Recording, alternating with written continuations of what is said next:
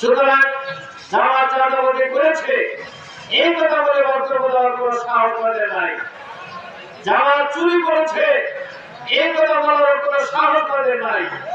বরং জামাতের দুজন মন্ত্রী তারা মন্ত্রণালয় চালিয়েছেন। আমেরিকা থেকে ইউরোপ থেকে গোয়েন্দা বৃত্তি করা হয়েছিল, বাংলাদেশের গোয়েন্দারা ইনভেস্টিগেশন করেছে। এই দুইজন মন্ত্রী মন্ত্রণালয়ে 1 টাকা দুর্নীতির কোন সন্ধান তারা বিচার করতে পারে নাই।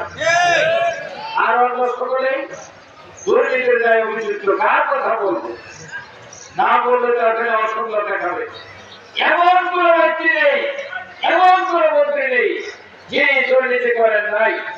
সুতরাং তাদের ভয় হলো যে যদি জামাত সুযোগ পায়, মানুষ যেভাবে দুর্নীতির বিরুদ্ধে রুখে দাঁড়াচ্ছে, মানুষ যেভাবে চাঁদাবাজের বিরুদ্ধে রুখে দাঁড়াচ্ছে, তাহলে একদিন মানুষ জামাতকে সমর্থন দিয়ে দিবে আর জামাত আত্মক্ষমতায় চলে আসবে। এই ভয়ে ওনারা জামাতের বিরুদ্ধে বক্তব্য দেওয়া শুরু করে দিয়েছে।